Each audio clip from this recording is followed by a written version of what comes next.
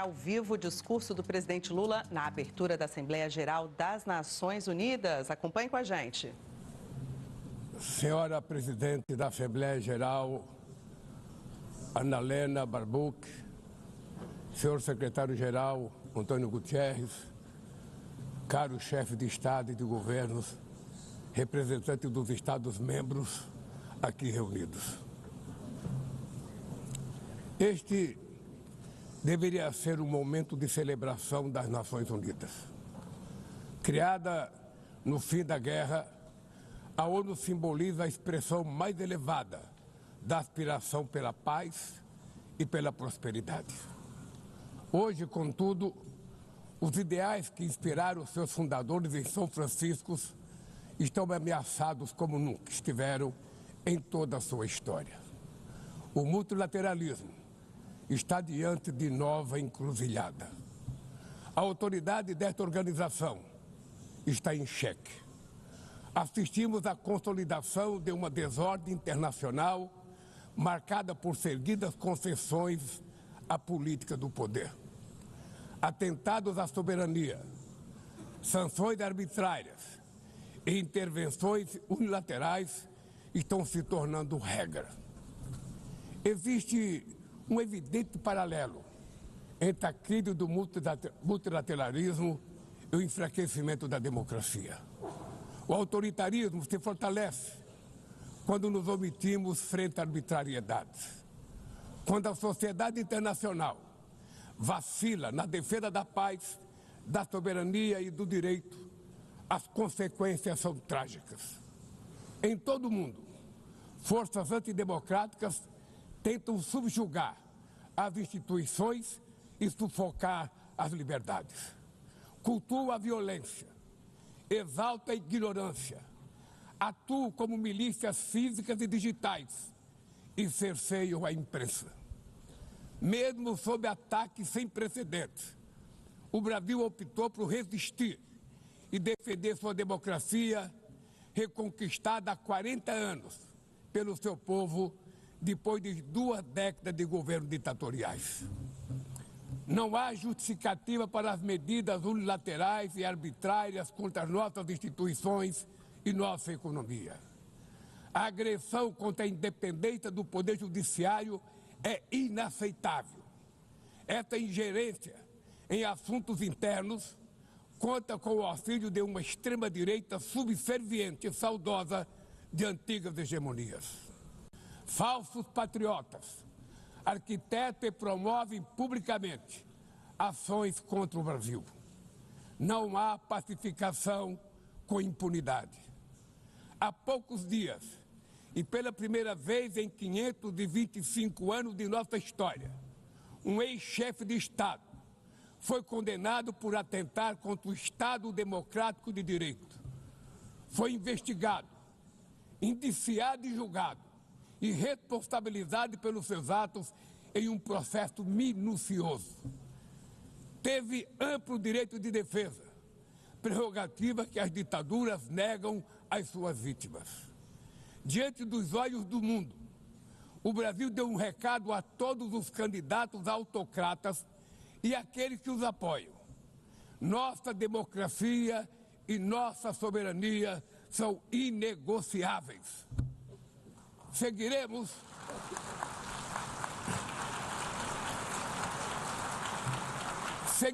como nação independente e como povo livre de qualquer tipo de tutela.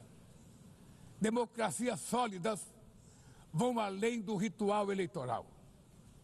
Seu vigor pressupõe a redução das desigualdades, a garantia dos direitos mais elementares, a alimentação, a segurança, o trabalho, a moradia, a educação e a saúde. A democracia falha quando as mulheres ganham menos que os homens ou morrem pelas mãos de parceiros e familiares. Ela perde quando fecha suas portas e culpa migrantes pelas mazelas do mundo. A pobreza é tão inimiga da democracia quanto o extremismo. Por isso, foi com orgulho que recebemos da FAO a confirmação de que o Brasil voltou a sair do mapa da fome este ano de 2025. Mas no mundo, ainda há 670 milhões de pessoas famintas e cerca de 2 bilhões e 300 milhões enfrentam insegurança alimentar. A única guerra que todos podem sair vencedores é a que travamos contra a fome e a pobreza. Esse é o objetivo da Aliança Global que lançamos no G20 e que já conta com o apoio de 103 países. A comunidade internacional precisa rever suas prioridades, reduzir os gastos com guerras e aumentar a ajuda ao desenvolvimento, aliviar o serviço da dívida externa dos países mais pobres, sobretudo os africanos, e definir padrões mínimos de tributação global para que os super ricos paguem mais impostos que os trabalhadores. A democracia também se mede pela capacidade de proteger as famílias e a infância. As plataformas digitais trazem possibilidade de nos aproximar como jamais havíamos imaginado, mas têm sido usadas para semear intolerância, misoginia, xenofobia e desinformação. A internet não pode ser terra sem lei. Cabe ao poder público proteger os mais vulneráveis. Regular não é restringir a liberdade de expressão, é garantir que o que já é ilegal no mundo real seja tratado assim também no ambiente digital, no ambiente virtual. Ataques à regulação servem para encobrir interesses escusos e dar guarida a crimes como fraudes, tráfico de pessoas, pedofilia e investidas contra a democracia. O Parlamento brasileiro, corretamente, apressou-se em abordar esse problema. Com orgulho, promulguei na última semana uma das leis mais avançadas do mundo para a proteção de crianças e adolescentes na esfera digital. Também enviamos ao Congresso Nacional projeto de lei para fomentar a concorrência nos mercados digitais e para incentivar a instalação de data centers sustentáveis.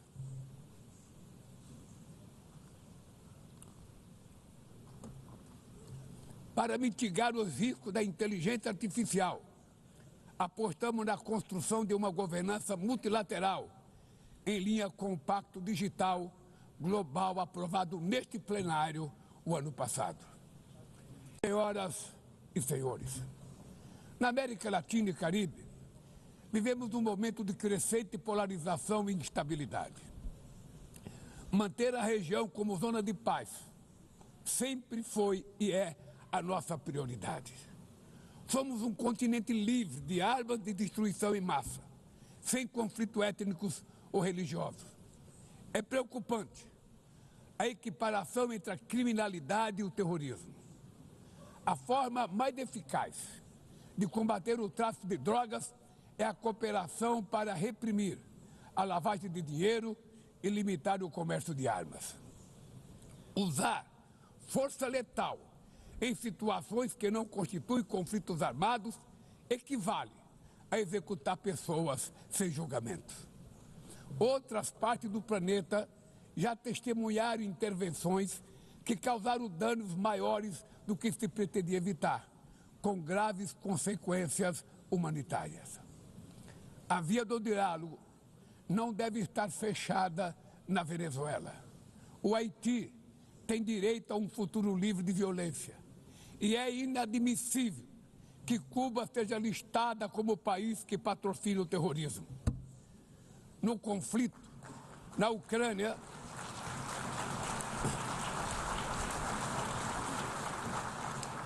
conflito na Ucrânia, todos já sabemos que não haverá solução militar.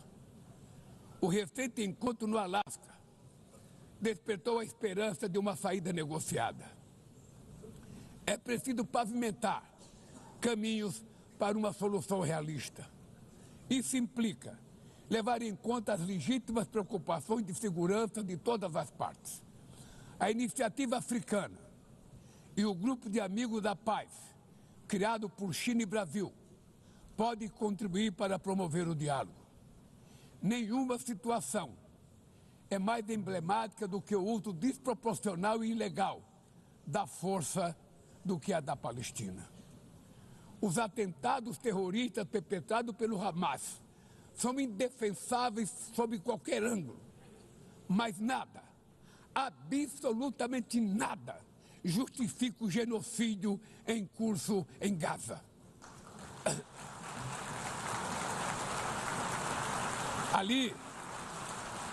Ali, sob toneladas de escombros, estão enterradas dezenas de milhares de mulheres e crianças inocentes.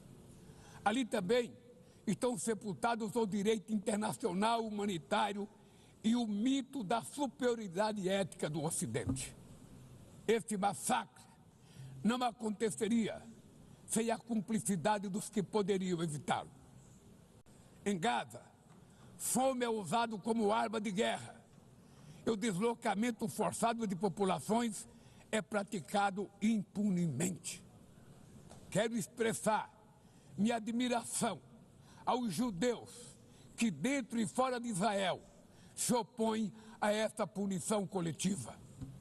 O povo palestino corre o risco de desaparecer. Só sobreviverá como um Estado independente integrado à comunidade internacional. Esta é a solução defendida por mais de 150 membros da ONU, reafirmada ontem aqui, neste mesmo plenário, mas obstruída por um único veto. É lamentável que o presidente Mahmoud Abbas tenha sido impedido pelo país anfitrião de ocupar a bancada da Palestina nesse momento histórico.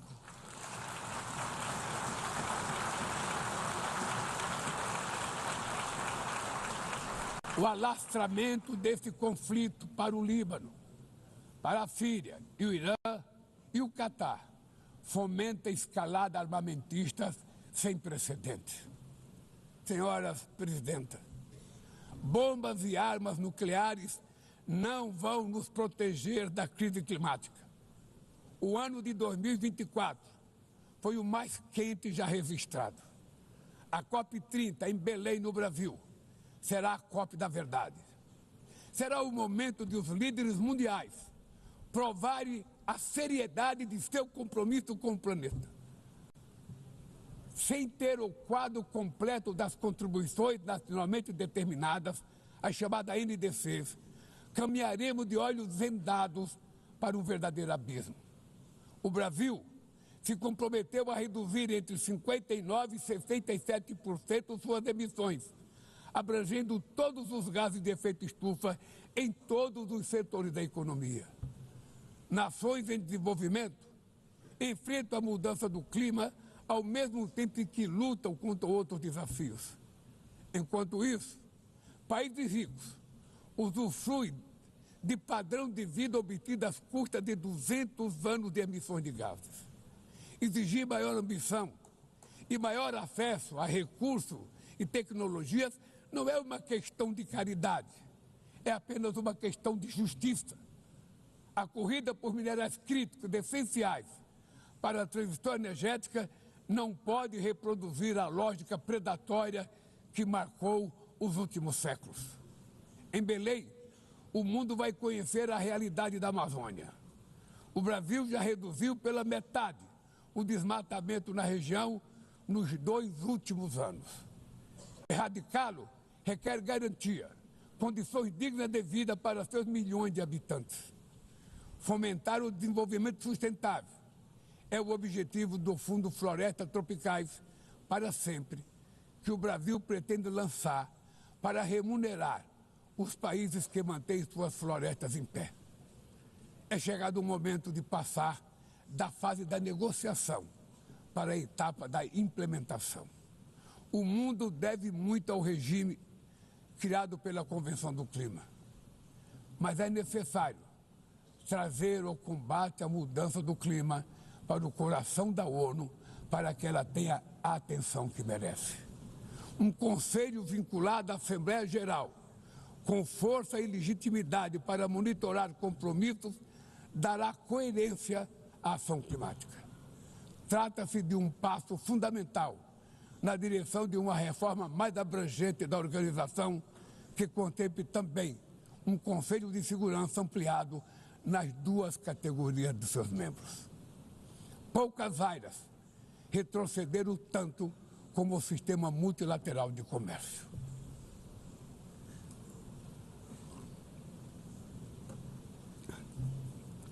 Medidas unilaterais transformam em letra morta princípios basilares como a cláusula de nação mais favorecida.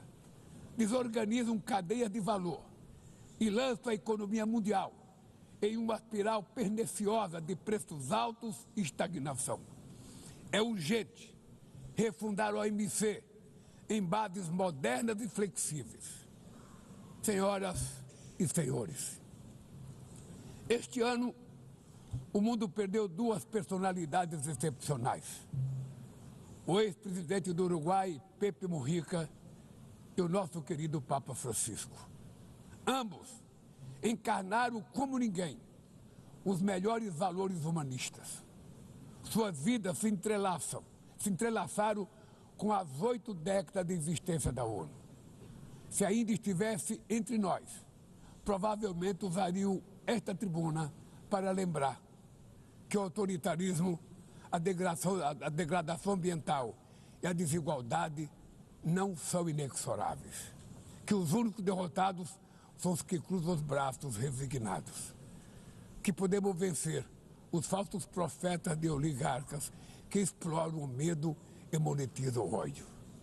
E que o amanhã é feito de escolhas diárias e é preciso coragem de agir para transformá-lo.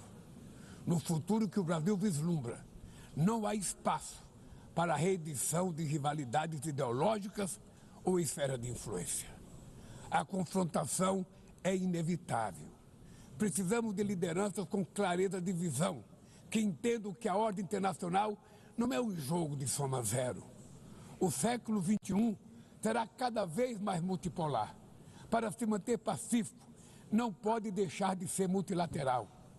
O Brasil confere crescente importância à União Europeia, à União Africana, à ASEAN, à CELAC, aos BRICS e ao G20.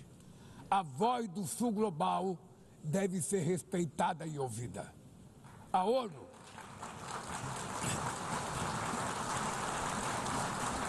ONU tem hoje quase 4 vezes mais membros do que os 51 que estiveram na sua fundação.